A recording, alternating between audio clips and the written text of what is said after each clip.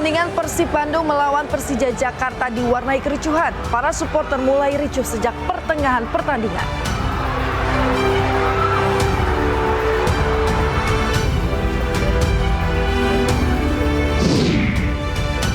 Komisi Pemilihan Umum Jakarta menggelar pengundian nomor urut pasangan calon gubernur dan wakil gubernur Jakarta.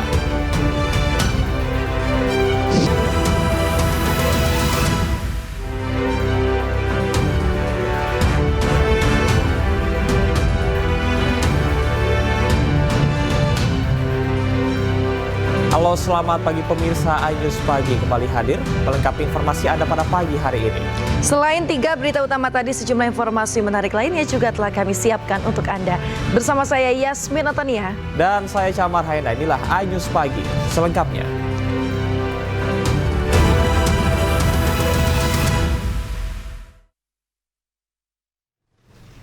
Pemirsa, puluhan rumah di Kabupaten Sidrap, Sulawesi Selatan rusak akibat diterjang angin puting beliung. Sejumlah tiang listrik juga roboh dalam peristiwa ini.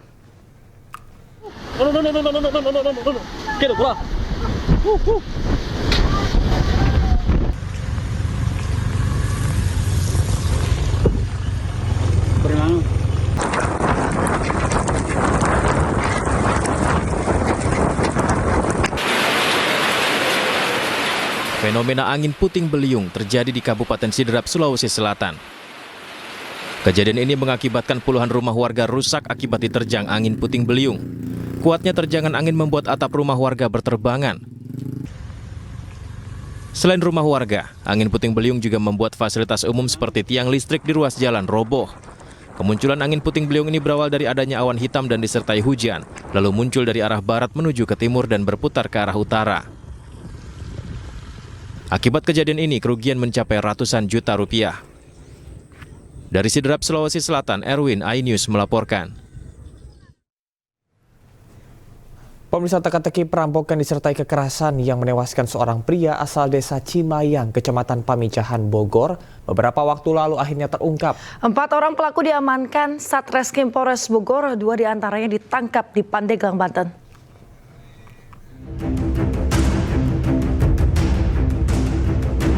Kasus pencurian dengan kekerasan yang terjadi di wilayah Desa Cimayang, Kecamatan Pamijahan, Bogor, Jawa Barat, dengan pelaku berjumlah 4 orang, akhirnya diamankan oleh Satreskrim Polres Bogor, dibantu dengan tim Reskrim Polda Jabar.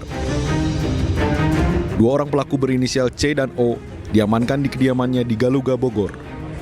Dari keduanya, polisi berhasil mengamankan 2 orang lainnya, yaitu D dan S, di wilayah Pandeglang, Banten. 1 orang dilumpuhkan dengan timah panas karena mencoba melawan petugas saat hendak ditangkap.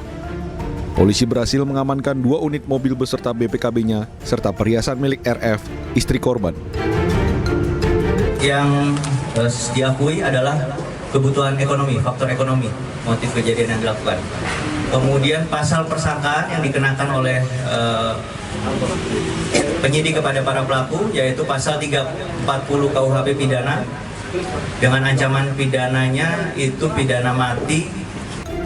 Sebelumnya, aksi pencurian dan kekerasan terjadi di rumah korban HS pada Rabu lalu.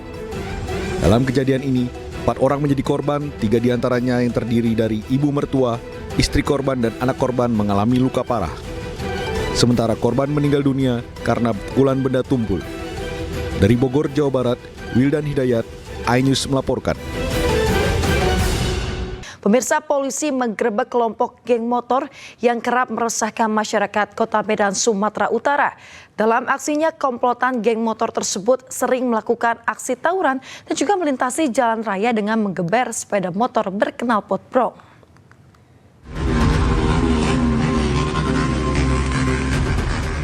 Inilah rekaman kamera amatir warga yang merekam aksi komplotan geng motor Texas menggebar-gebar knalpot brong dan mengacungkan senjata tajam di Jalan Putri Hijau, Kota Medan, Sumatera Utara beberapa waktu lalu.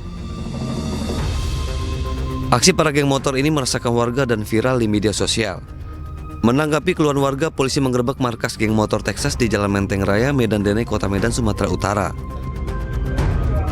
Saat digerebek, sejumlah anggota geng motor tengah asik bermain judi. Usai dilakukan penggeledahan, petugas mengamankan 1 senjata tajam jenis parang. Yang kita amankan sementara 10 orang, tim masih pengembangan karena kita masih mengejar ketua geng motor tersebut. Ini geng motor apa? Yang kita amankan ini dari geng motor Texas yang tadi ikut konvoy di Kota Medan. Barang bukti yang kita sita apa? Sementara yang satu sajam ya itu berupa kelewang. Kemudian tadi pada saat kita amankan di markas mereka sedang bermain judi kartu. 10 pemuda yang diduga anggota geng motor ini diboyong ke Satreskrim Polrestabes Medan guna pemeriksaan lebih lanjut. Saat diperiksa, 10 pemuda ini mengaku hendak melakukan aksi tawuran dengan kelompok lain yang sudah janjian lewat media sosial. Dari Medan, Sumatera Utara, Adi Palapa Harahap, iNews melaporkan. Pemirsa, emak-emak menggerebek tempat penjualan obat keras atau obat ilegal yang berkedok toko kelontong di Kota Depok, Jawa Barat. Maraknya penjualan obat ilegal tersebut membuat resah masyarakat.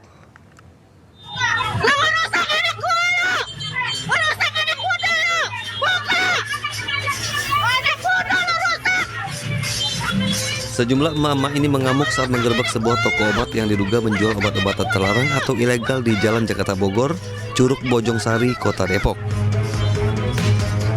Cari obatnya, cari! Emak-emak pun memaksa masuk dan langsung melakukan penggeledahan. Tuh obatnya. Saat digeledah ditemukan beragam jenis obat-obatan terlarang seperti tramadol. Setelah aksi penggerebekan, penjaga toko kemudian diserahkan ke pihak kepolisian. Jangan comot. Penggerebekan berawal dari aktivitas anak muda yang mencurigakan di lokasi tersebut. Yang lepas ibu warga sini juga, ibu yang pada ngumpul rame sampai macet total kemarin lah gitu jadiannya. Warga pun meminta pihak kepolisian untuk menutup toko tersebut untuk menghindari dampak negatif yang meresahkan. Dari Depok, Jawa Barat, Iyung Rizky, iNews melaporkan. Pemirsa, sebuah minibus yang melaju dari arah Bungus menuju Teluk Bayur terjun ke laut di kawasan Bukit Meru, Kota Padang. Meski terluka, beruntung penumpang selamat.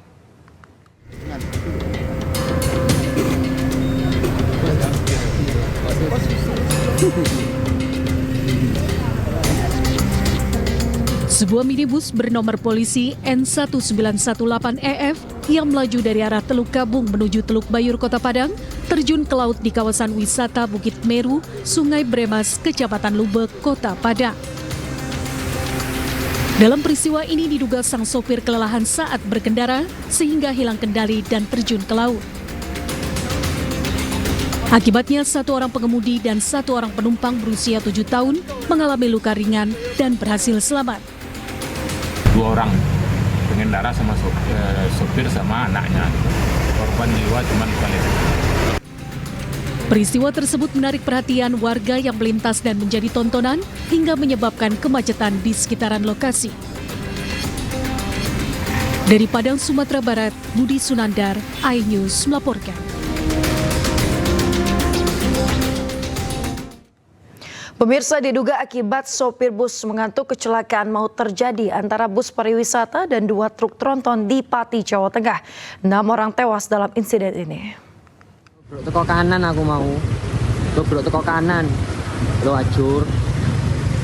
Lo pecah sampean iki, coplok teko sasis pire. Tisune muatane embo wis, gak karu-karuan wis, tisune wis. Lo Kecelakaan maut terjadi di Jalan Pantura Pati Rembang, Kecamatan Batangan, Kabupaten Pati, Jawa Tengah, Senin dini hari.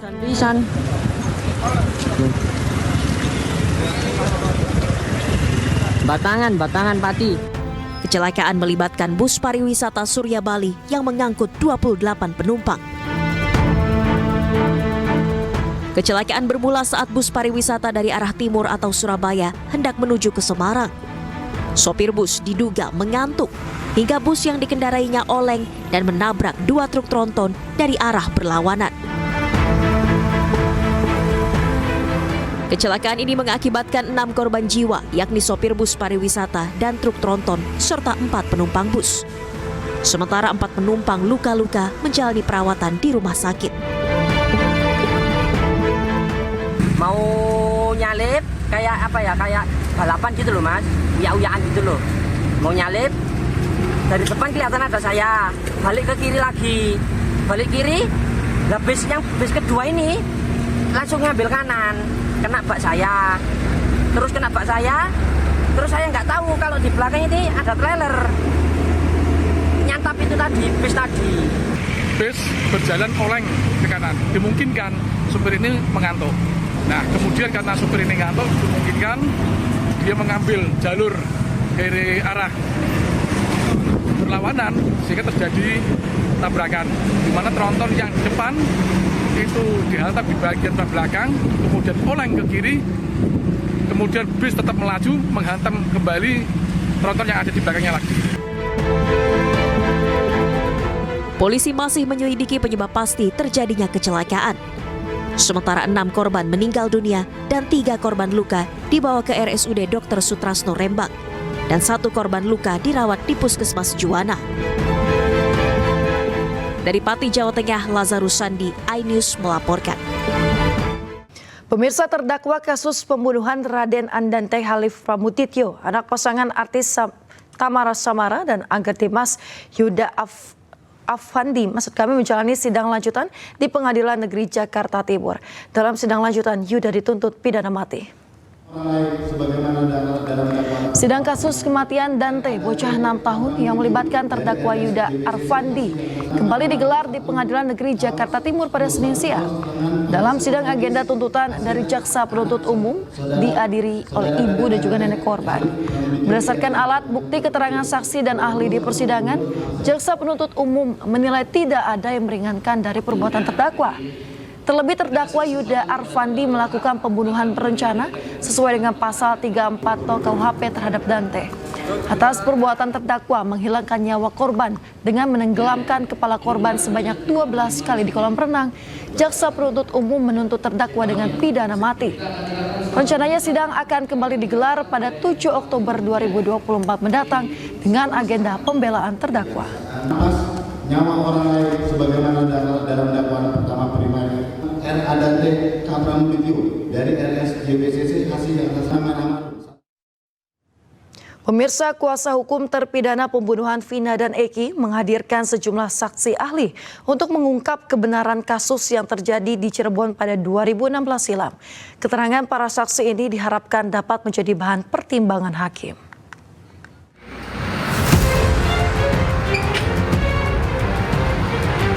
Diduga ada kejanggalan, kuasa hukum 6 terpidana kasus pembunuhan Vina menghadirkan sejumlah saksi ahli untuk memberikan keterangan dalam sidang peninjauan kembali di Pengadilan Negeri Cirebon, Jawa Barat.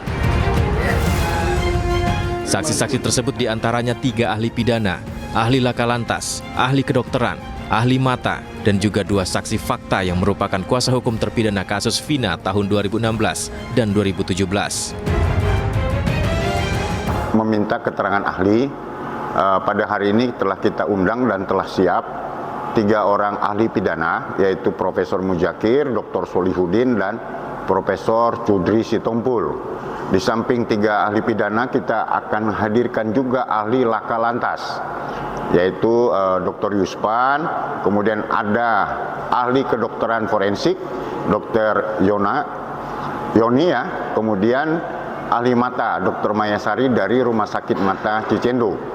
Nah, selain ahli ini, kami apabila waktunya cukup, kami akan memeriksa 2 orang saksi fakta yang merupakan kuasa hukum dari para terpidana ini pada tahun 2016 dan 2017. Selain itu, tim kuasa hukum 6 terpidana kasus pembunuhan Vina dan Eki juga masih menunggu jawaban dari Majelis Hakim Sidang PK tentang usulan pelaksanaan sidang peninjauan kembali digelar di tempat kejadian perkara. Permintaan ini disampaikan agar Majelis Hakim dapat memahami perkara secara utuh. Dari Cirebon, Jawa Barat, Toi Iskandar, iNews melaporkan.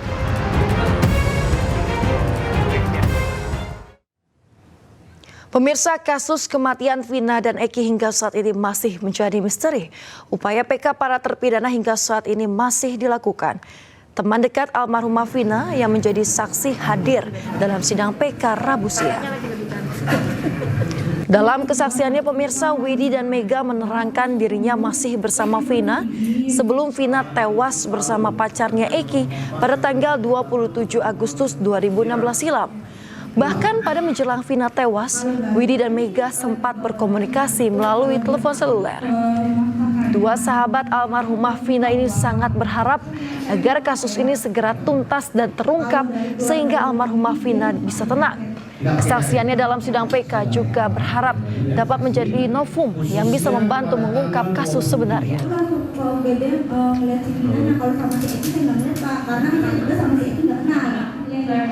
Harapannya yang pertama bisa menjadi novum baru yang sangat-sangat bisa membebaskan yang ketujuh ini. Harapan kedua saya biar teman sayanya cepat tenang. Ya. Agar segera tuntas juga, saya kasihan yang 7 terpidana ini, saya yakin dia nggak bersalah.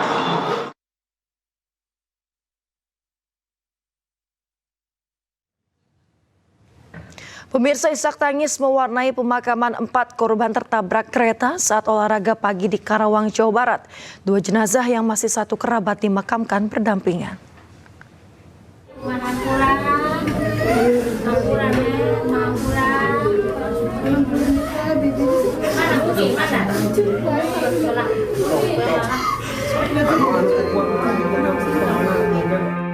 Isak tangis keluarga pecah saat jenazah korban tertabrak kereta tiba di rumah duka di Dusun Sukaati, Desa Jomin Timur, Kecamatan Kota Baru, Karawang, Jawa Barat.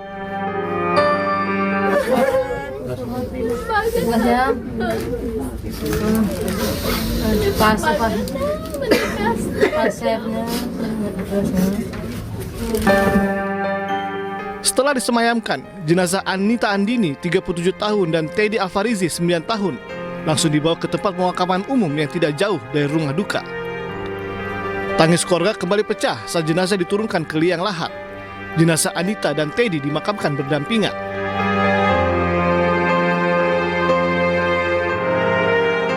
Dari kecelakaan tertabrak kereta ini, pihak Desa Jomin Timur mengingatkan agar warga berhati-hati saat beraktivitas di sepanjang rel kereta, agar tidak ada lagi kejadian serupa. Untuk keseharian Bu Anita sebagai ibu rumah tangga, kalau Ade Teddy itu keponakan dari Bu Anita. Masih saudara ini? Masih saudara. Kebetulan informasi dari keluarga itu lari pagi lagi olahraga. Oh, olahraga. Iya.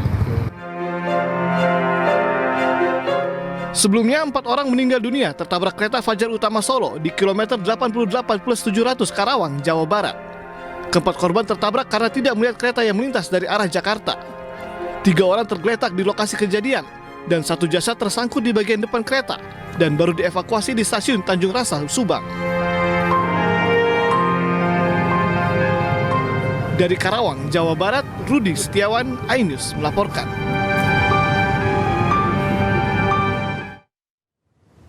Pemirsa, ledakan petasan menghancurkan sebuah rumah di Kabupaten Sumeneb, Jawa Timur. Akibat peristiwa tersebut, pasangan suami istri yang merupakan pemilik rumah tewas mengenaskan di lokasi kejadian.